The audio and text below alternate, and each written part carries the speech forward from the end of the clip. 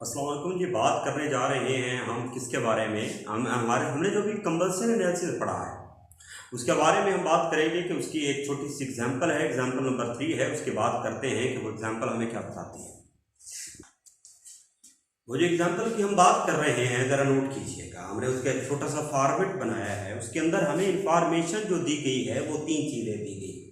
जैसे कि अभी आप कंबस्शन एनालिसिस करके आए हैं तो उसमें एक मैस ऑफ ऑर्गेनिक कंपाउंड हमें दिया गया है 0.543 ग्राम। मैस ऑफ कार्बन डाइऑक्साइड दिया गया है 1.039 ग्राम और मैस ऑफ वाटर दिया गया है 0.639 ग्राम।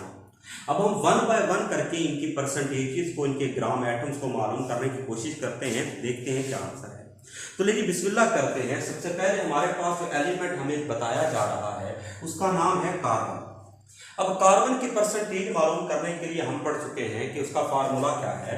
परसेंटेज ऑफ कार्बन हमारे पास निकलती है मैस ऑफ कार्बन डाइऑक्साइड, जो कि हमें पता है वो है 1.039 ग्राम।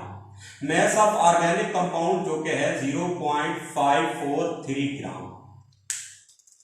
अब इसको क्या करते हैं, मल्टीप्लाई करते हैं 12 डिवाइडेड बाय 44 मल्टीप्लाई बाय 100। जब हम इसको ये करते हैं तो हमारे पास जो आंसर आता है वो आंसर आता है 52.108 ग्राम। तो that is the percentage of carbon, जो कि हमें पता चली, जो कि इस फार्मूले के साथ पता चलता है। बात करते हैं नंबर ऑफ मोल्स की, यानी कि ग्राम एटम्स की। तो यहां पर हमारे पास है नंबर ऑफ ग्राम एटम्स की बात करते हैं। तो ऊपर मैस नीचे मोलर मैस, ऊपर मैस नीचे मोलर मैस। अब इसको हल करते हैं तो मैस आएगा 52.108 डिवाइडेड बाय 12 और आंसर हमारे पास आ जाएगा 4.34। तो ये नंबर ऑफ ग्राम एटम हो गए हमारे पास कार्बन के। बात करते हैं हाइड्रोजन की। तो हाइड्रोजन के लिए हम बात करते हैं तो इसका फार्मूला हम पढ़ चुके हैं। Percentage of hydrogen is equal to mass of water, जो कि हमारे पास है 0.6369 gram, divided by mass of organic compound, जो कि है बेटा 0.543 ग्राम, मल्टीप्लाई कर देंगे इसको 2.016 डिवाइडेड बाय 18 मल्टीप्लाई बाय 100। जब इसका आंसर निकलता है तो आंसर निकलता है 13.11 ग्राम निकलता है। अब इस मैस का परसेंटेज का इस्तेमाल करेंगे नंबर ऑफ ग्राम एटम्स के लिए।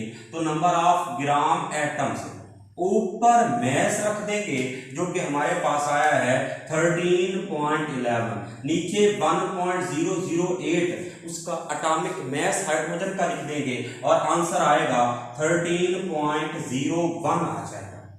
ले बेटा जी, हमने इनकी परसेंटेज पहला स्टेप पे कर लिया। परसेंटेज का दूसरा स्टेप है नंबर ऑफ ग्राम एटम्स का, वो भी हमने कर लिया। अभी हम पढ़ कर आए हैं कि ऑक्सीजन की बात करते हैं तो percentage of oxygen is equal to होता है 100 minus percentage of carbon plus percentage of hydrogen, यानी कि ये बराबर हो जाएगा 100 minus percentage of carbon 52.108 plus 13.11। तो ये हमारे पास परसेंटेज आ जाएगी। अब इसको हल करते हैं तो हल करने के बाद जो आंसर आता है वो आता है 34.77। अब इसकी ऑक्सीजन का इस्तेमाल करेंगे मैस के लिए तो हमारे पास आ जाएगा number of gram atoms is equal to, ऊपर बेटा हम मैस लिख देंगे। मैस इसका आ गया 34.77, डिवाइड कर देंगे एटॉमिक मैस जो कि होता है 16, हल करेंगे तो आंसर आ जाएगा 2.17। तो लो बेटा जी, हमने क्या किया है, इन तीनों की परसेंटेज ऑफ कार्बन, हाइड्रोजन और ऑक्सीजन को क्या किया है, मालूम किया है। और उसी के साथ हमने इनके नंबर ऑफ ग्राम एटम्स को भी मालूम किया है। ऊपर मैस नीचे मोलर मैस, ऊपर मैस नीचे मोलर मैस, ऊपर मैस नीचे मोलर मैस। अब वक्त है एटॉमिक रेशो का। एटॉमिक रेशो आपको पता है, मैंने कहा था कि डिवाइडेड इट, तमाम मोल्स को डिवाइड कर देना है जब सबसे छोटी वैल्यू है उससे। तो मुझे नजर आ रहा है कि एक वैल्यू ये वाली है, एक वैल्यू ये वाली है और एक वैल्यू हमारे पास ये वाली है। तो सबसे छोटी वैल्यू होगी उससे डिवाइड करेंगे, तीसरा स्टेप कंप्लीट हो जाएगा। तो यहां पर डिवाइड करते हैं 2.17 के साथ। 4.34 डिवाइडेड बाय 2.17, 13.01 डिवाइडेड बाय 2.17 और 2.17 डिवाइडेड बाय 2.17। तो देखते हैं आंसर क्या निकलता है। जब मैं डिवाइड करता हूं तो इसका आंसर निकलता है 2, इसका 6 और इसका 1 निकलता है। लेकिन मोहतरम तीसरा स्टेप भी हमारा कंप्लीट हो चुका, एटॉमिक रेशो हम निकाल चुके, डिवाइड एटॉमिक रेशो निकल आई।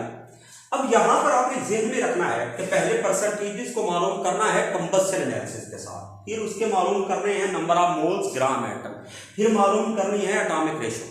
If you don't have a whole number, अगर आपको इसमें से कोई एक भी होल नंबर ना होता तो फिर आप इसको एक सूटेबल डिजिट के साथ मल्टीप्लाई कर रहे होते, लेकिन हमें जरूरत ही नहीं है, हमें जरूरत ही नहीं है एक सूटेबल डिजिट के साथ मल्टीप्लाई करने की, क्योंकि ये पहले ही होल नंबर है। तो जरा देखिएगा, मैं ऐसे करता हूं, कार्बन, हाइड्रोजन और ऑक्सीजन लिखता हूं।